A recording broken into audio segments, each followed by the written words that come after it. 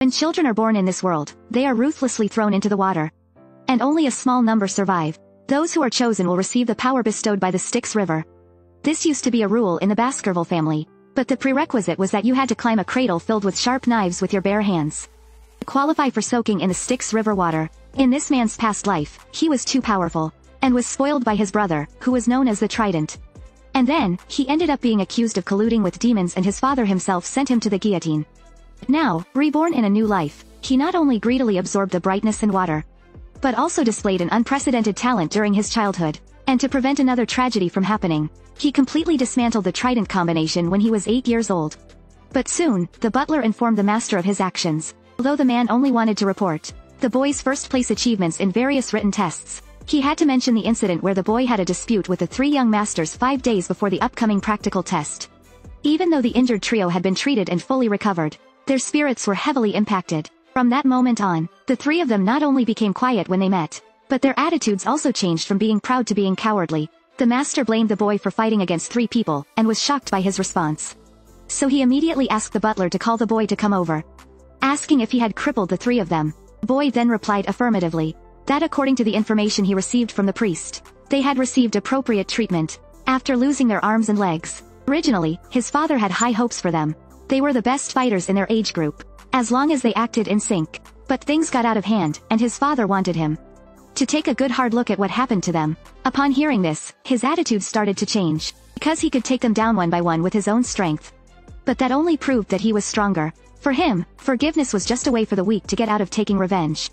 Anyway, his father was pleased with his response because in his family, they valued the strength, and looked down on the weak. So, his father wanted to reward him for something, and he sent the butler to take him out for snacks. Before they left, his father reminded him that he couldn't lose to any of his direct relatives in the upcoming real battle that was happening in just 5 days. But honestly, the boy already knew that winning was the only option. And right after that, the boy was in the food storage warehouse. When the butler found out the boy wanted some chocolate, he immediately had the chef bring out the finest quality. But then everyone was stunned for a moment that the boy didn't want the finished product. He wanted unprocessed cocoa beans, with the most bitter flavor. They had never heard of eating cocoa beans like that before, but the chef still made it for the little boy. The chef brought out these beans called blood beans, which were supposed to have the strongest flavor. Each bean could produce 100 liters of chocolate, but after tasting it, boy couldn't handle how bitter it was. Blood beans were definitely not meant for human consumption. Anyway, the reason he wanted those beans wasn't just to eat them. It was because he planned to use them as a kind of secret weapon, to help him hunt down some monsters during the real battle in 5 days. What will happen that day would be an event of unprecedented magnitude in the history of Baskerville. As time passed by, the day of the actual combat had come. Baskerville served as the chief officer. He said that the assessment this time was very simple, as long as they could stay in the Scarlet Black Land for a full month and hunt down powerful monsters, they would have a basic score of 10 for surviving. But if they died, they'd get 0 points. If any student's badge could be taken away, extra points would be added in the end.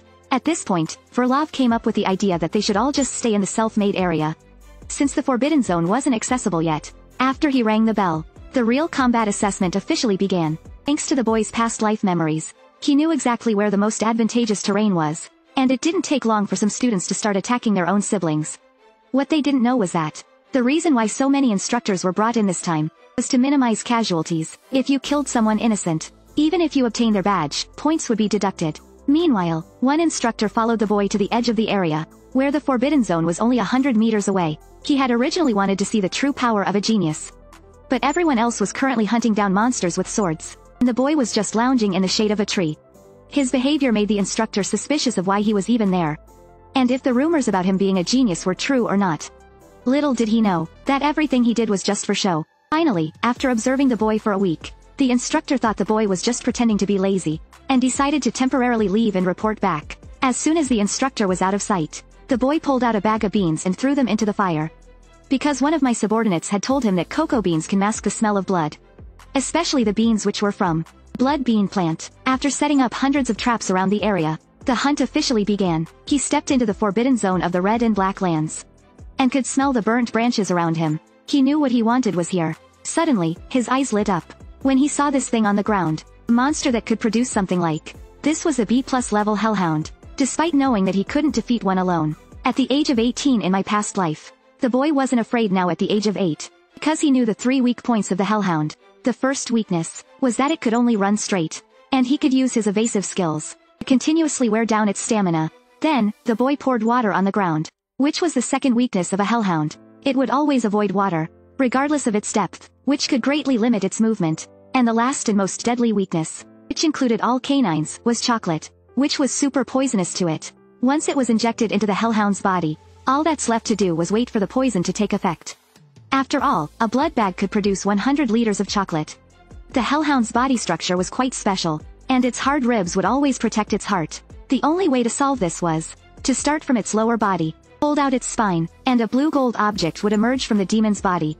This was the energy that can be obtained by killing monsters, which could make one's body stronger. At this rate, recovering the power of his past life before the coming-of-age ceremony is not impossible. At the age of 8, the boy defeated a B-level hellhound. Regardless of the outcome of this practical test, he would definitely take first place. But just then, 4 more hellhounds came from behind him. He swung his sword and beheaded the previous one, warning them that he am not someone to be trifled with. After seeing him do this, the 4 hellhounds looked scared, and even lowered their heads and retreated. It was then that the boy realized that something was wrong. After all, the hellhound was a proud representative of canines, and it wouldn't show such behavior in the face of an 8-year-old child. Then the boy turned my head to look, and saw a 3-headed dog with a territorial aura behind him. Cerberus, the hellhound guard, but it had the same deadly weakness as an ordinary dog. Once it ate chocolate, it would immediately fall into a poisoned state. Just now, the boy came to the hunting ground of the Chihizen family's hellhounds, but unexpectedly encountered an A-level demon, Cerberus. Although it was heavily injured at the moment, the B-level hellhound could only bow down in reverence. After catching a glimpse of him, he tried to keep his emotions in check, knowing that if he managed to hunt down this Cerberus, he would be one step closer to regaining the power of his past life.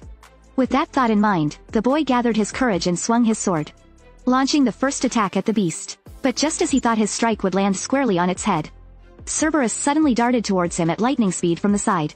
Fortunately, my speed didn't diminish from his past life, and he was able to dodge its fierce attack from behind. It seemed that even though he was injured, his combat skills hadn't decreased much. In the past, he could easily crush a Cerberus, and he could still do it now. But right then, his precious sword was bitten and shattered by the monster, and while he was stunned, his body was directly hit by the giant palm and sent flying. It was at that moment that the boy truly realized the gap in strength. A 8-year-old kid like him wasn't strong enough to fight against those monsters. Even with his steel body that he was bestowed with, he could barely withstand their attacks, and his internal organs were almost shattered. As the monster approached, he kept reminding himself not to lose consciousness. Suddenly, Cerberus opened his bloody mouth and lunged at him. The boy dodged quickly, or else the tree behind would have been his fate. Then the boy ran towards the iron fence in front of him, as crossing it would give him the chance to find a way to defeat Cerberus. Because in the resting place, he had already set up a perfect hunting trap. He saw the monster fall into his trap, and took one step and leapt over the first trap. The distance between him and his bloody mouth was only 0.001 millimeters. In the end, he triggered the trap upon landing, and countless blades pierced into the monster's body. Soon, the blood and pus on the blades began to take effect.